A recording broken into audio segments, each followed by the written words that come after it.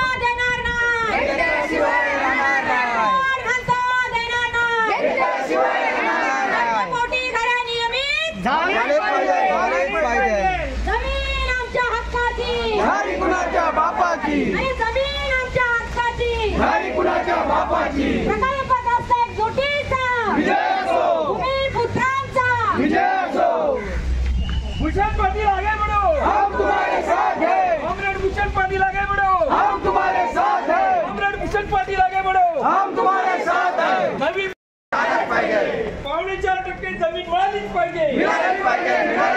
पावणे 4% जमीन मिळालीच पाहिजे. 4% जमीन मिळालीच पाहिजे. नवी मुंबई सिडको प्रथमस्त महासंघाचा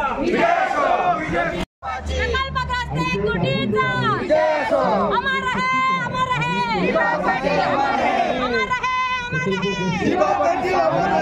1932 पासून झालेलं आहे.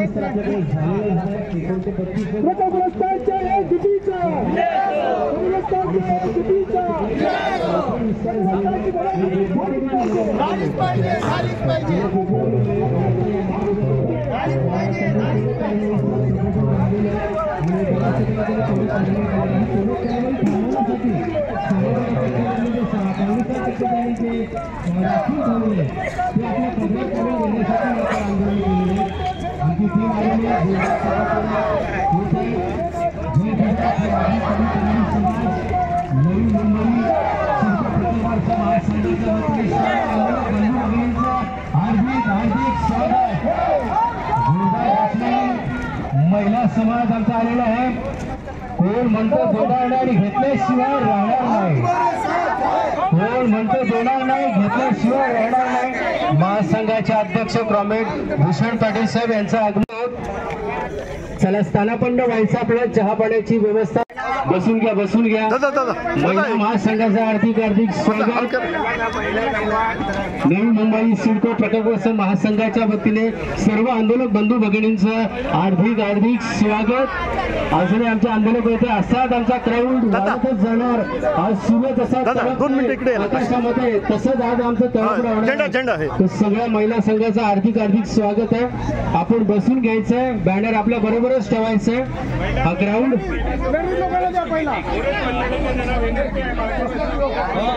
पद्धतीने आम्ही त्यांचं स्वागत करतो। आजचा दिवस आपल्याला गाजवायचा आहे।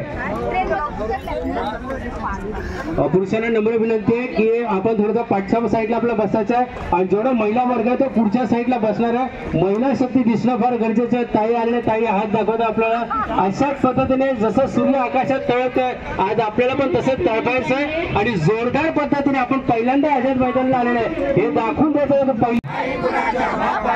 नवी मुंबई आमच्या हक्काची, अरे मुंबई आमच्या हक्काची, अरे ठाणे आमच्या हक्काचं, पनवेल आमच्या हक्काचं, पालघर आमच्या हक्काचं, नवी मुंबई आमच्या हक्काची, घरं आमच्या हक्काची, खाडी आमच्या हक्काची, खाडी आमच्या हक्काची, समुद्र आमच्या हक्काचा, नवी मुंबई सिडको प्रकल्पग्रस्त महासंघाचा, नवी मुंबई सिडको प्रकल्पग्रस्त महासंघाचा, दिबा पाटील साहेबांचा अमर रहे, अमर रहे, अमर रहे, अमर रहे।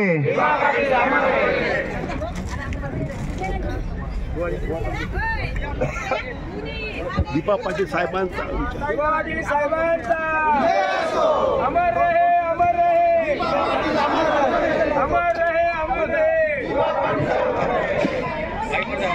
अमर रहे, अमर रहे, अमर रहे, दीपा पाटील अमर रहे।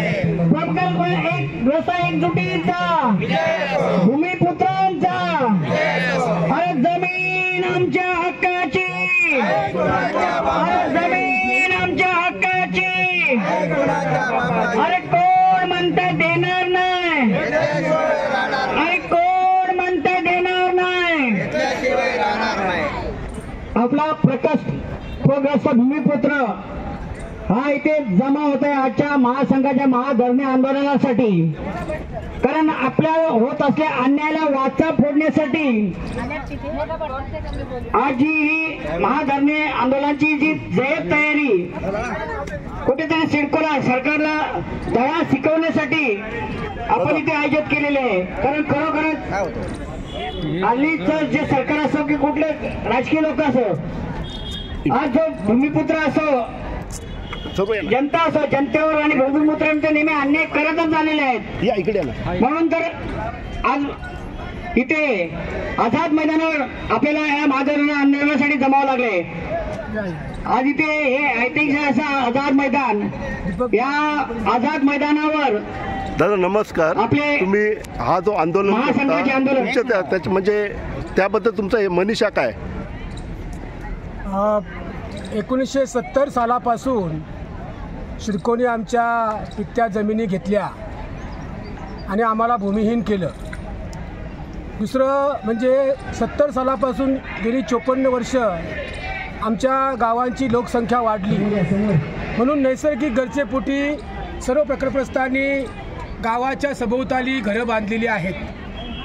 गेल्या 54 वर्षात गावठाण 54 नव्हे ब्रिटिश काळापासून गावठाण विस्तार न दिल्यामुळं आमच्या प्रकल्पग्रस्तांनी राहण्यासाठी घरं बांधलेली आहेत। ती घरं सिडकोने अनाधिकृत ठरवलेली आहेत। म्हणजे कोणीतरी एक राजीव मिश्रा नावाचा परप्रांतीय व्यक्ती कोर्टात गेला आणि त्यांनी सांगितलं की ही घरं बेकायदेशीर ठरवा। त्याप्रमाणे हायकोर्टाच्या ऑर्डरप्रमाणे त्याने आता तोडक कारवाईचं वेळापत्रक दिलेलं आहे। प्रत्येक गावागावात ते जाऊन ती राहती घरं असतील, कमर्शियल असतील, तोडण्याचा त्यांचा पथक जात आहे, तोडक पथक।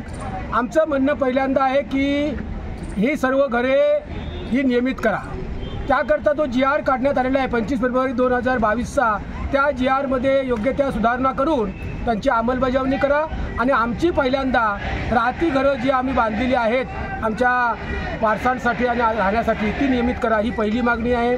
दुसरी महत्त्वाची मागणी, आम्हाला 12.5% काही दिलेले नाहीत, तर 30% कमी दिली, म्हणजे 4.25% जमीन कमी दिलेली आहे। ते जे प्लॉट्स आहेत ते रिझर्व करा सांगितले होते GRमध्ये म्हटलं होतं हे प्लॉट्स रिझर्व करा, तर ते रिझर्व करून ठेवा आणि त्याचं परत वाटप आम्हाला करा, अशी एक मागणी आहे। दुसरी SEZ जे आलेला आहे नवी मुंबई SEZ तो रद्द करून तर काहीच झालं नाही 16 वर्षात. तो रद्द करून आम्हाला उर्वरित प्रकल्पग्रस्तांना 5.5% जमिनीचं वाटप करा, पूर्ण 5.5%चं. 5.5% मिळत नाही, परत सांगणं आहे, प्रत्येक 5.5% मिळत नाही, 8.9%च मिळतं. तर आमचं म्हणणं आहे की 4.5% जी आहे ही जमीन द्या, विना शुल्क. सर्व आमची घरे जी आम्ही आमच्या आयुष्याच्या पुंजीतून बांधलेली आहेत, कुठली अटी शर्ती न घालता ही घरं आमची नियमित झाली पाहिजे, अशा ह्या प्रमुख मागण्या घेऊन आम्ही सिडकोवर आंदोलन केलं. आता मंत्रालयावर आलो आहोत आणि आम्हाला खात्री आहे की सिडको म्हणजे नगरविकास खातं आणि तिथले सचिव आणि मंत्री चर्चा करून लवकरात लवकर याच्यावर मार्ग काढतील आणि आमची घरं नियमित करतील, असे आम्हाला ठाम विश्वास आहे. अन्यथा आणखी आंदोलन पुढं.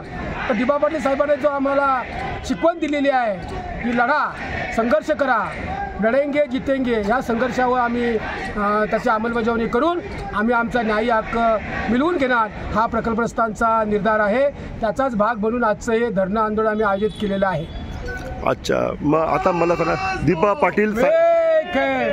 पाटील साहेब आंतरराष्ट्रीय विमानतळाबद्दल तुम्हाला अपडेट काय, म्हणजे आपल्या लोकांना पण समजलं पाहिजे. ॲक्च्युली काय साशंकता आहे लोकांमध्ये की म्हणजे 5-6 वर्ष झाले आंदोलन होऊन, त्याच्यानंतर अजून काय दिसतच नाही. तर लोकांमध्ये ड्युअल माइंड आहे, तर त्याबद्दल तुम्ही काय बोलू शकता? या सर्वपक्षीय नामकरण समितीचा मी जनरल सेक्रेटरी आहे आणि त्याबाबत आजचं स्टेटस असं आहे की गेल्या वर्षी 2023 26 जुलै रोजी विधिमंडळाने ठराव केलेला आहे. जे महाराष्ट्राच्या विधानसभा आणि विधान परिषद त्याच्यामध्ये ठराव होऊन तो केंद्राकडे गेलेला आहे. तो केंद्र दिरंगाई करतोय. तर तो जो ठराव आहे त्याला केंद्राने म्हणजे नागरी उड्डयन मंत्री त्यांना पण भेटलो आम्ही, जे ज्योतिरादित्य सिंधिया आहेत, त्यांनी नागरी उड्डयन मंत्र्यांनी याची नोटिफिकेशन काढावी आणि आमच्या दिबा पाटलांचं नाव या विमानतळाला द्यावं लवकरात लवकर. ते म्हणतात अजून पुढच्या वर्षी, पुढच्या मार्चला 1 वर्ष अजून आहे विमान उड्डाण व्हायला. पण आमचं म्हणणं आहे ताबडतोबीनं ही प्रक्रिया पूर्ण करावी. तुम्ही इतर विमानतळाला नावं दिलीत, मग ह्या विमानतळाला द्यायचा प्रॉब्लेम काय आहे? तर अजून तो जो प्रस्ताव आहे तो नागरी उड्डयन मंत्र्याकडे प्रलंबित आहे, आम्ही त्याचा पाठपुरावा करीत आहोत. ॲक्च्युली काय माहिती आहे, पर्रिकर साहेबांचं विमानतळाचं नोटिफिकेशन काढून त्याचं नाव देण्यात आलं, तर म्हणजे आपल्या दिबा पाटील साहेबांच्या बाबत असं का, असा प्रश्न. कारण जेव्हा गोवा विमानतळ चालू होण्याच्या अगोदरच सन्माननीय पर्रिकर साहेबांचं नाव देण्यात आलं. मग आमच्या दिबा पाटलाचं नाव तुम्ही कुठे कमी पडतं आहे की तुम्ही ते नाव द्यायला तयार नाही आहेत? ते सांगतात की विमानतळ पूर्ण झाल्यावर आम्ही नेणार. एक शाश्वत खोटं आहे की विमानतळ चालू झाल्यानंतर नाव देणार, म्हणजे हा कुठेतरी आम्हाला डायव्हर्ट करण्याचा यांचा विचार दिसतोय सरकारचा.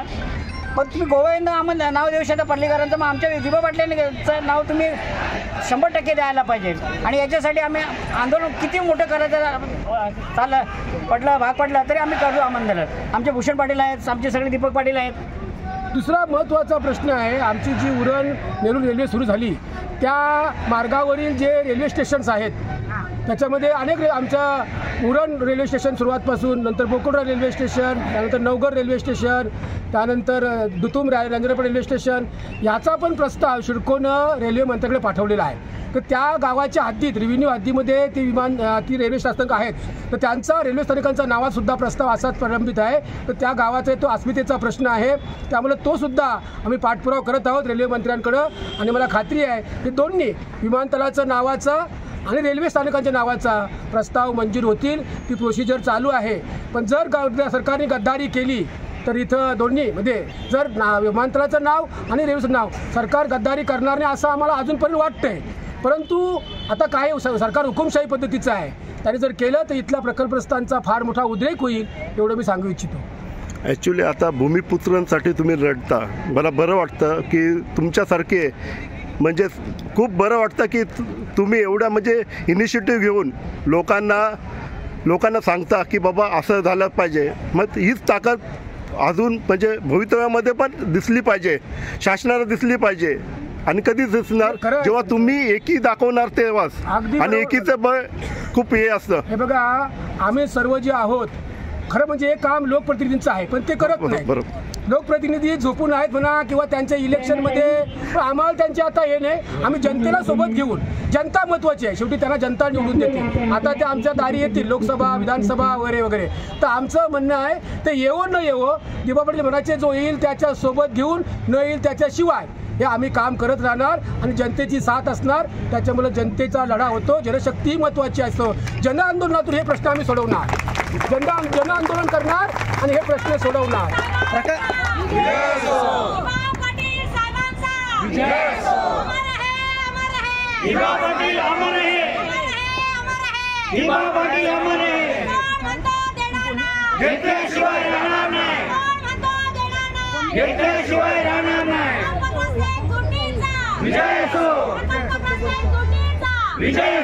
जमीन आमच्या हक्काची, जमीन आमच्या हक्काची.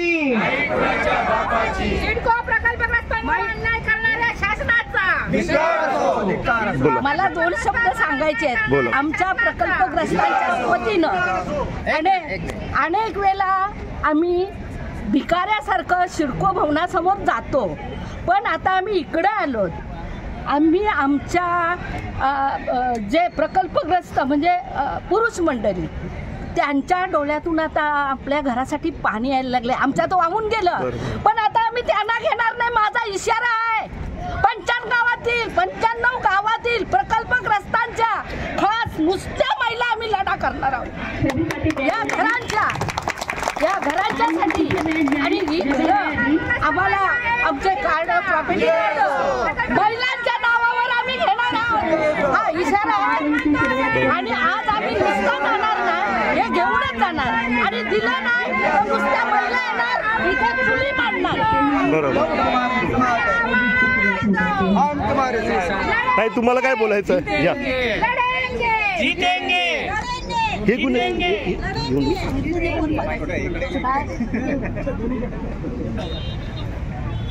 हा ताई, तुमचं प्रथम नाव सांगा, तुमचं नाव सांगा, तुम्ही काय कार्यरत आहात?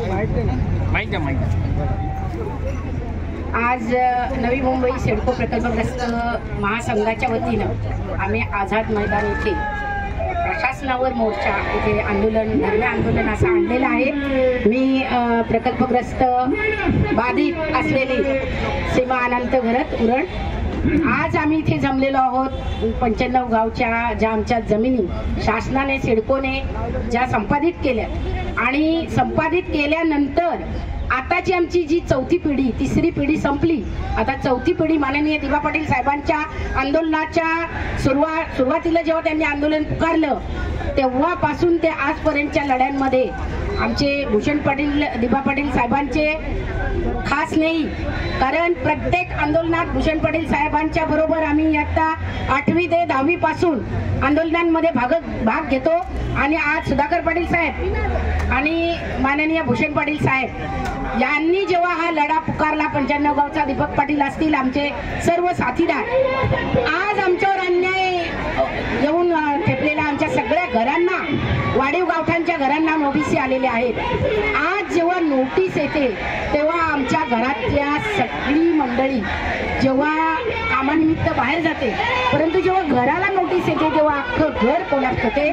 आणि तेव्हा झळ पोचलेली आहे, कारण माननीय दिबा पाटील साहेबांनी सांगितलेलं आहे की आपण लढा एकजुटीनं लढल्याशिवाय आपल्याला काही मिळणार नाही. त्याच्यामुळे आम्ही महासंघाने ठरवलेलं आहे 95 गावच्या की एकजुटीनं आम्ही लढा लढणार, आमच्या न्याय हक्कांसाठी आम्ही लढणार. खरोखर प्रकल्पग्रस्तांची 12.5% जमीन सिडकोनी संपादित करून आज फसवणूक केलेली आहे प्रकल्पग्रस्तांची. आज आम्ही जी वाढीव गावठांची घरं बांधलेली आहेत, आमची पुढची पिढी कुठे जाईल हो? आमच्या गावाखालीच बाजूलाच घरं बांधणार ग, ती घरं बांधल्यानंतर ती अनधिकृत आहेत अशी नोटीस आम्हाला जेव्हा सिडकोकडून येते. आज नैना प्रकल्पही त्यांनी आणलेला आहे. आम्ही सिडकोला ठणकावून सांगतो, नैना प्रकल्प रद्द करा आणि आमच्या भूसंपादित केलेल्या जमिनी सगळ्या परत करा. आमची जी घरं आहेत ती नियमित घरं तुम्ही सिडकोने आम्हाला करून द्यावीत, त्याशिवाय आम्ही इथलं धरणं आंदोलन सोडणार नाही. आमच्यावर जोपर्यंत आपण सिडकोने अन्याय केलेला आहे त्या अन्यायाचा लढा आम्ही सडेतोड एकजुटीने देणार आहोत. माननीय भूषण पाटील आणि सुधाकर पाटील, दीपक पाटील आणि आमची महिला टीम, आताच आमच्या महिलांनी सांगितलं पुढचा जो लढा आहे तो फक्त महिलांचा असेल आणि महिला रस्त्यावर उतरतील आणि मग महिला या सिडकोला दाखवून देतील आमच्या जमीन हक्कासाठी आम्ही महिला मुली आम्ही रस्त्यावर उतरणार आहोत. आता ताईने आपलं मनोगत व्यक्त केलं. बोला. प्रथम तुमचं नाव सांगा बाबा. हेमलता पाटील ताई आता आपलं मनोगत व्यक्त करतील. हेमलता ताई ताई तुमचं नाव सांगा पहिलं. माझं नाव हेमलता पाटील. अच्छा, आता सांगा काय तुमच्या भावना आहेत. भावना अशा आहेत का सिडको जेव्हा 70 साली सिडकोनी जमीन संपादित करायला सुरुवात केली, शिरकाव केला उरण भागामध्ये, तेव्हा सिडकोने एक आश्वासन दिलं होतं का शेतकरी आहे त्या शेतकऱ्याला पूर्ण त्याचं पुनर्वसन केलं जाईल. परंतु आता जर बघितलं तर सिडकोने पूर्ण जमिनी आमच्या ज्या घेतलेल्या आहेत आणि ती घरं संकुलन जे वसवलेलं आहे त्यामुळे कुठल्याही प्रकारचा रोजगार निर्माण केलेला नाही. जे केले थोडेफार रोजगार त्यामध्ये एक नोटीस एक नोकरी अशी मिळालेली आहे, परंतु आता जी तिसरी चौथी पिढी आहे त्याचा सुद्धा नोकरीचा प्रश्न आहे. आणि संकुलनं उभारल्या कारणानं आज काहीही कोणालाही नोकरी नाही. आज मुख्यतः महिलांचा जो प्रश्न आहे तो ऐरणीवर आहे. कारण आपण बघितलं आमच्या ज्या महिला आहेत मिठागरावर जात होत्या, आमचे पुरुष मच्छी पकडत होते, त्याच मच्छी पकडणाऱ्या महिला त्या मच्छी आमच्या विकायला जात होत्या, त्यांचा सुद्धा रोजगार गेलेला आहे. आणि अशा प्रकारे संपूर्ण महिलांचा रोजगार गेलेला आहे, महिलांचा प्रश्न आहे. दुसरी गोष्ट जी गरजेपोटी घरं कुटुंब वाढलं तेव्हा नैसर्गिक गरजेपोटीची घरं बांधलेली आहेत, त्या घरांना आज सिडको नोटीस देत आहे का ती अनाधिकृत आहे. सिडको आजचं सरकार आणि मागील सरकार देखील 95च्या झोपडपट्ट्या मुंबईमध्ये अधिकृत करते आणि जे आमची वडिलोपार्जित जमिनीवर जे आम्ही घरं बांधलेली आहेत ती घरं आज सरकार अनाधिकृत करते. तर आमची सरकारला असा मागणी आहे का ती घरं तर आमच्या अनाधिकृत झाली नाहीच पाहिजे, परंतु त्या गरजेपोटी बांधलेल्या घरामध्ये आमचा प्लॉट न कापता आम्हाला बिना शर्त ती जमीन सोडली पाहिजे सिडकोने, अशी आमची मागणी आहे. आणि जो महिलांचा जो प्रश्न आहे, आज महिला तुम्ही बघता आज विदर्भ मराठवाड्यामध्ये थोडंसं काय दुष्काळ झाला तरी आज सरकार दुष्काळ जाहीर करतं, त्यांना सगळं अनुदान देतं, परंतु प्रकल्पग्रस्तांसाठी कुठलीही योजना सरकारने करत नाही. कारण भरपूर वर्ष झाले, आज 70 पासून आज 84चा लढा झाला, 5 हुतात्मे गेले, त्यामध्ये 12.5%चा जो प्रस्ताव आहे तो पास झाला, त्याच्यावरच थोडीशी धुकधुक असल्या ह्या चेअरवर जर त्यांना जर कोणी सांगितलं की ही चेअर माझी आहे तर त्या करणार आहे. मी साधा प्रश्न आहे की प्रत्येक गोष्टीला मालकी हक्क असतो आणि इथले प्रकल्पग्रस्त इथली जमीन आमची आहे, त्यामुळे आमच्या जमिनीचा मालकी हक्क मिळायला पाहिजे. आज गव्हर्नमेंटमध्ये उदासीनता आहे, गेल्या 70-80 वर्षात या गव्हर्नमेंटने काहीच केलं नाही. त्यामुळे आमची हक्काची घरं कायम करा आणि त्याला सनद द्या किंवा प्रॉपर्टी टॅक्स द्या, जे शक्य आहे. थोडक्यात आमचं म्हणणं आहे की आमच्या घरांना मालकी हक्क हा मिळालाच पाहिजे आणि तो आमचा कायदेशीर हक्क आहे. त्यामुळे आम्हाला प्रॉपर्टी टॅक्स किंवा सनद ही मिळालीच पाहिजे. मी काय म्हणतो आता सनद आणि प्रॉपर्टी कार्ड का मिळत नाही तर मग त्याच्या प्रोव्हिजन करायला पाहिजे ना, अमेंडमेंट केलं पाहिजे त्याच्यामध्ये. त्यामुळे सिडकोनी याच्यामध्ये का करत नाही की जेणेकरून लोकांना ते मिळालं होणार सर्व काय म्हणजे स्थानिक पातळीवर जे शासन आहे, समजा ग्रामपंचायत असेल, ग्रामपंचायतीवर ग्रामपंचायतीचे शासन आहे, इथे सिडकोनी प्रस्ताव आणले, सिडको ही जमीन एजन्सी करते, त्या एजन्सी करण्याना सिडकोचं एक कर्तव्य होतं. तिथल्या जमिनी घेतल्या, ज्या मालकाची जमिनी घेतली ती किती घेतली, राहिलेल्या जमिनीवर त्याला मालकी हक्क आणि प्रॉपर्टी टॅक्स त्यांनी द्यायलाच हवा होता, परंतु हे सिडकोने दिलं नाहीये. आपल्या जमिनीच्या माध्यमातून याच्यावर पूर्ण लक्ष द्यावा. अजून एक आमचं नावाशेवा शिवडी प्रकल्प बाधित जो प्रकरण आहे, मगाशी हा विषय काढला, सुधाकर आपले कार्याध्यक्ष आपण विषय मांडला होता. नावा आणि आमचं नावाखाली गाव किंवा गावनकोपर ही 2 किलोमीटरच्या अखत्यारीत असलेल्या गावांना सुद्धा प्रकल्प बाधित समावेश केला नाही. आम्ही प्राधिकरणाच्या विरोधात एक मोर्चा काढला आणि मोर्चाला जवळ 2,500-3,000 लोक नावाखाली गावातली होती. या असताना सुद्धा तिथे स्थानिक पुढाऱ्यांनी, स्थानिक आमदार खासदारांनी विषय न धरून ठेवल्यामुळं आज तिथील मच्छीमार बांधवांनी सुद्धा अन्याय झालेला आहे. आज पूल आता चालू झाला, परंतु अजून सुद्धा तो प्रश्न अनुत्तरित. आपण बसून जायचं. आपलं स्वागत आहे. सर्वप्रथम वंदनीय लोकनेते गीता पाटील साहेब यांच्या चरणी मी नतमस्तक होतो. आज या ठिकाणी आपण बहुसंख्येने आपण जमलेलो आहोत. कशासाठी? तर आपल्या अस्तित्वासाठी, अस्मितेसाठी. तुमचा विषय तुम्हाला सर्वांना माहिती आहे की आम्हाला सुद्धा माहिती आहे, कारण सिडको प्रशासनाने 95 गावांची जमीन ऑलरेडी संपत्ती केलेली आहे, बरोबर ना? फक्त आपल्याला अस्तित्वासाठी आम्हाला मांडायचं आहे. या पक्षातून त्या पक्षात जातात. ही लोक कुठेच जाणार नाही, ही लोक तुमच्याच बाजू राहील. या ठिकाणी मी तुम्हाला ग्वाही देतो आणि कल्याण सुद्धा आश्वासन करतो. जेव्हा जेव्हा तुम्ही आंदोलन उभा करा तेव्हा तुम्हाला पाठीशी आम्ही राहू. जय भीमपुत्र, जय भीमपुत्र.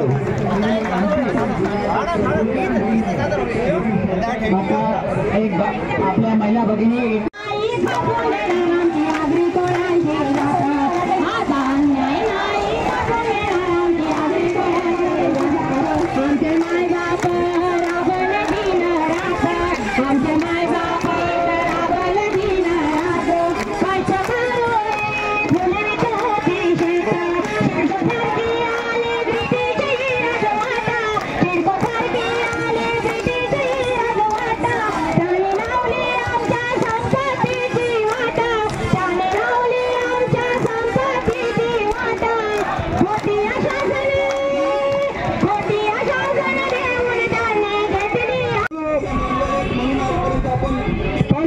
प्रॉब्लेम इतकंच आहे की जे आपण निवडून दिलेले नेते आहेत ते त्यांना आपल्या समाजाशी काहीच पडलेलं नाही. त्यांना एकच कळतं, पैसे वाटा आणि पैसे कमवा. त्यामुळे त्यांचं लक्ष आपल्या ज्या जागे जमिनी आहेत त्याच्यावर टक्के नाही. मग आमच्या बहिणींनी घरं बांधलेली गरमी होती, त्याच्या वादावर भूखंड बंद केलं. आता शिडकोच्या किंवा शासनाच्या कुठल्याच कागदामध्ये लिहिलेलं नाही की ज्यांची घरं बांधले त्याचे फ्लॅट भरते करा. तर याच्या विरुद्ध महासंघ आवाज उठवणार आहे. घरं निर्मित तर होणारच आहेत आपली 100%, आणि ती पण कमर्शियल पण 50% घरं आपण निर्मित करू शकतो आणि होणार. हे घराला हात लावू देणार नाही आपण. जर इथं आजपर्यंत आलो, आपण मुंबईपर्यंत आलो, तर या लोकांना शिडको जाऊन आपल्याला काय नाही, लाखोच्या संख्येने शिडकोला घेराव झालोय. हे मी आपल्याकडनं अभिवादन घेतोय.